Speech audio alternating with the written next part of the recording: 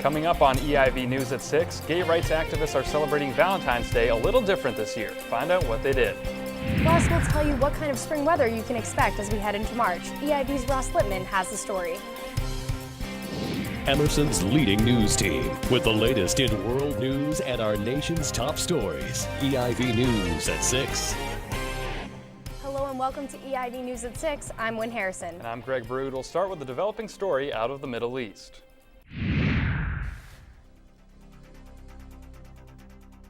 The Egyptian protest is having a ripple effect across the region. Violent demonstrations are erupting from Yemen through Algeria, Jordan, and Iran as surging crowds are clamoring for government reform. Monday, thousands of Iranians formed the biggest protest since their 2009 elections. Iranian President Mahmoud Ahmadinejad praised the uprisings in Tunisia and Egypt, but plans to punish protest organizers in his own country.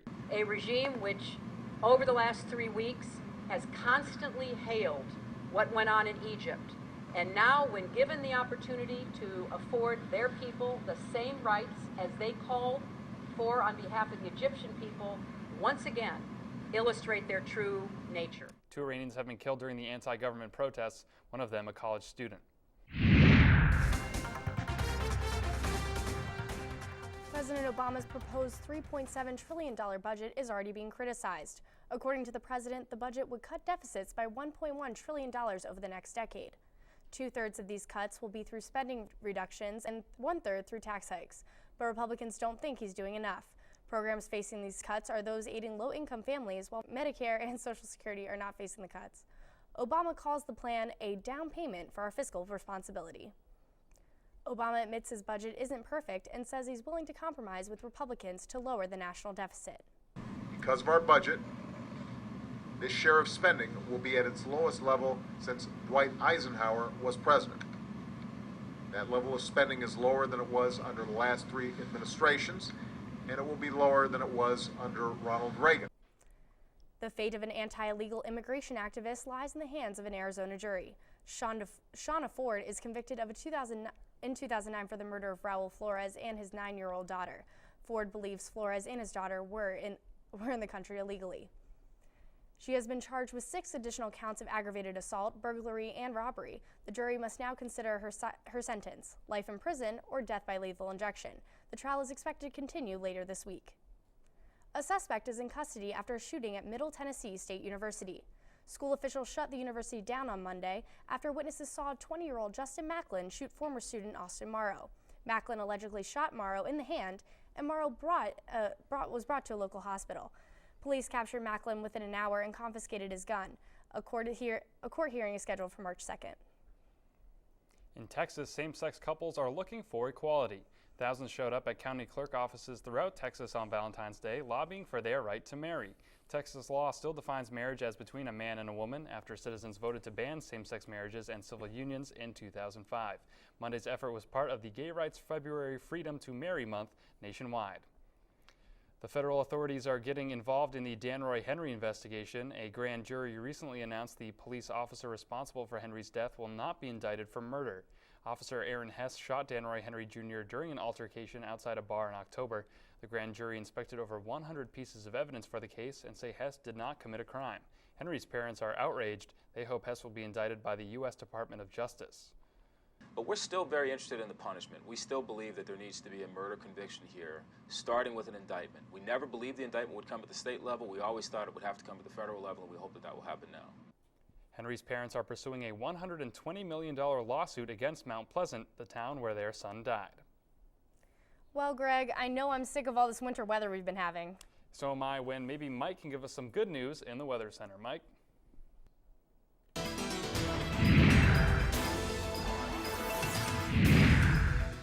And good evening, everyone. I do have some good news with your weather forecast. With the start of spring only 2 weeks away, let's take a look at what's in store for us. Now, the Greenland block is finally breaking apart. That was mostly responsible for all the snow we have seen. We should see milder temperatures and less snow in March and cooler, drier conditions from April through May. Before we get to March, though, look for one more probable snowstorm in late February. As for this week, if you like today's weather, you'll like tomorrow's weather even more. It should be 5 to 10 degrees warmer, topping out around 56 here in Boston. Enjoy it while it lasts, though, because a cold front will move in over the weekend, sending temperatures back down to freezing. But let's not let the chance of snow get in the way of this warm spell. EIV's Ross Littman has more. Yeah, that's right, Michael. Exactly as you were saying, we're having some warmer temperatures ahead. The past few days, the weather's been a big variant. We had warmer temperatures on Monday and then a lot of wind on Tuesday that caused temperatures to drop down to the teens. But today, as the sun is setting, it's a bit colder in Boston, but throughout today, you could see the effects that it was taking. A lot of snow has been melting in the area, and as you can see right here, it's taking this effect on the sidewalks. We're having some puddles, which means for people that are walking and pedestrians, there's going to be a lot of areas like this in downtown Boston, so be careful as you're walking around. But on the plus side, we're getting temperatures in the low 50s over the next few days, which means snowbanks will be melting. Visibility will be a lot better for drivers as they're going around corners. They'll be able to see pedestrians as they're walking, which is a big plus, which means much more safety for people in the Boston area. So be looking forward for that warm weather and possibly a little bit of spring temperatures in the next few days. From Copley Square, for EIV News, I'm Ross Littman. Thanks, Ross. Coming up, EIV's Josh Sackheim takes a look at one of the biggest and newest trends in health. And one of the world's top economies is falling behind. Find out who it is on EIV News.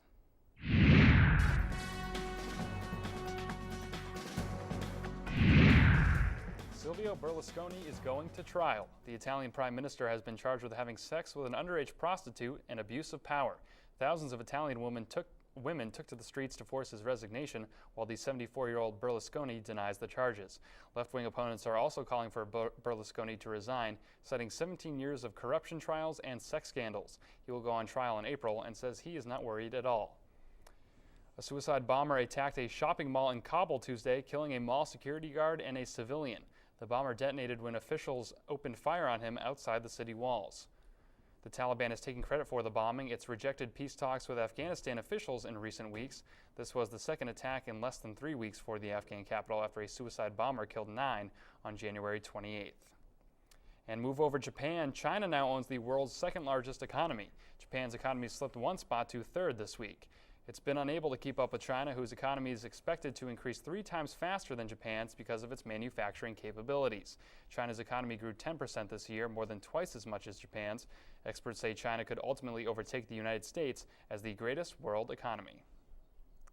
Well, Greg, no one can overtake the United States in baseball. I know, I'm pretty excited for the season that's coming up. Let's toss it over to Caitlin with the latest news in sports. Caitlin?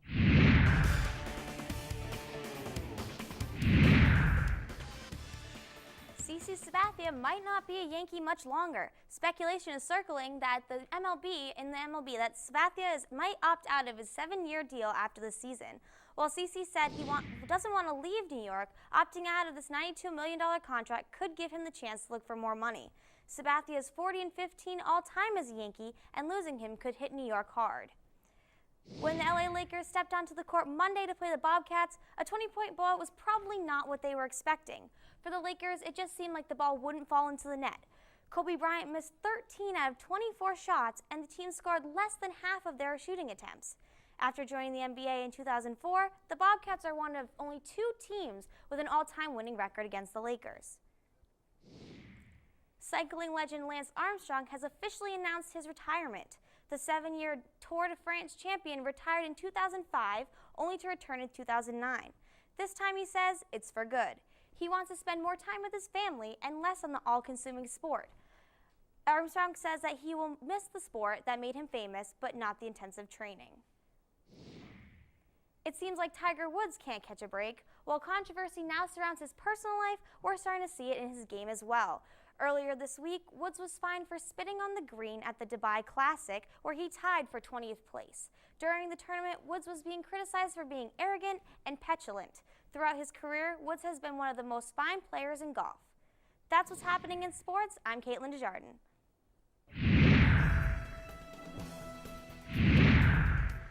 Eat more fiber, you could live longer. That's what government officials are saying. Reports show risk of death from heart and respiratory disease can be reduced 20% for eating foods like rice, broccoli, and lima beans. Officials say fiber foods could also prevent pneumonia and the flu. New research shows hearing loss may be an early sign of dementia. Recent studies found older people with hearing loss are twice as likely to be diagnosed with the mental disorder. Researchers believe that early hearing loss could mean an early warning sign for dementia. At this point, researchers are not entirely clear on why hearing and the brain function are so connected. Fish oil supplements are recommended as a cure for just about everything these days. Josh Sackheim takes a look into this popular new trend in health. It's a little pill making a big splash. Fish oil supplements are one of the biggest things in the health market, and chances are, if you don't take them, someone you know does. But a popular question is, what exactly do they do? Kimberly Dong is a Boston-based registered dietitian. She says they offer a few key benefits. Well, fish oils have been shown to lower triglycerides, which is a clinical measure of the amount of fat that we have in our bloodstream.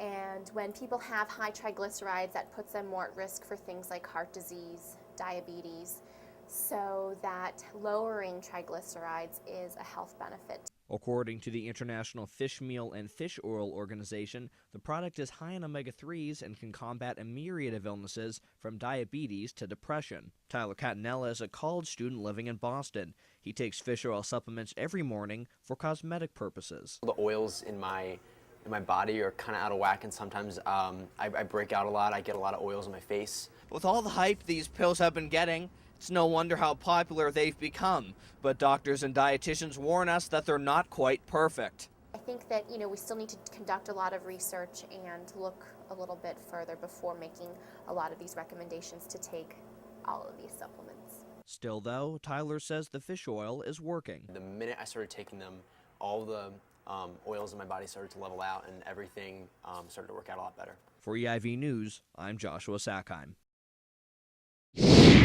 The Grammys dominated music headlines this past week. That's right, and we have Bryce Fallon in studio to tell us who won and who lost.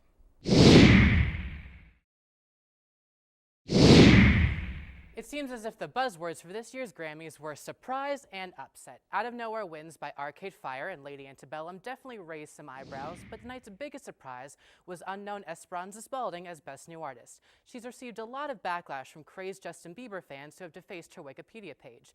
These surprises and slanders are any indication about the rest of the awards season. I can't wait for the Oscars. The third installment of Christopher Nolan's Batman franchise has been going through very interesting casting auditions. Tom Hardy and Anne Hathaway are confirmed for the cast, but two more Inception stars are in talks for roles. Joseph Gordon-Levitt and Marion Cotillard have been reportedly offered parts as well. Will any other Inception cast members be joining them? Leonardo DiCaprio's Mr. Freeze. Nolan says this will be his last Batman movie, but I'd say he's trying to go out with a bang. A princess has gone missing! Or actually an actress playing a future princess. A staged kidnapping of an actress playing Prince William's fiancée, Kate Middleton, was put on this week in London. The kidnapping was an outdoor exercise for about a group of 300 Boy Scouts in which they had to locate the fake Middleton using clues they were provided. The event organizer said he didn't think it was inappropriate at all. Thankfully, no actual princesses were harmed in this process. That's it for your cultural news. I'm Bryce Fallon. Now back to you at the desk. Thanks for watching EIV News at 6. I'm Greg Baruch. And I'm Wynn Harrison. Have a great night.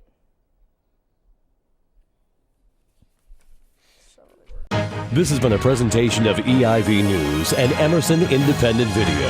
For more, visit us online at eivnews.com.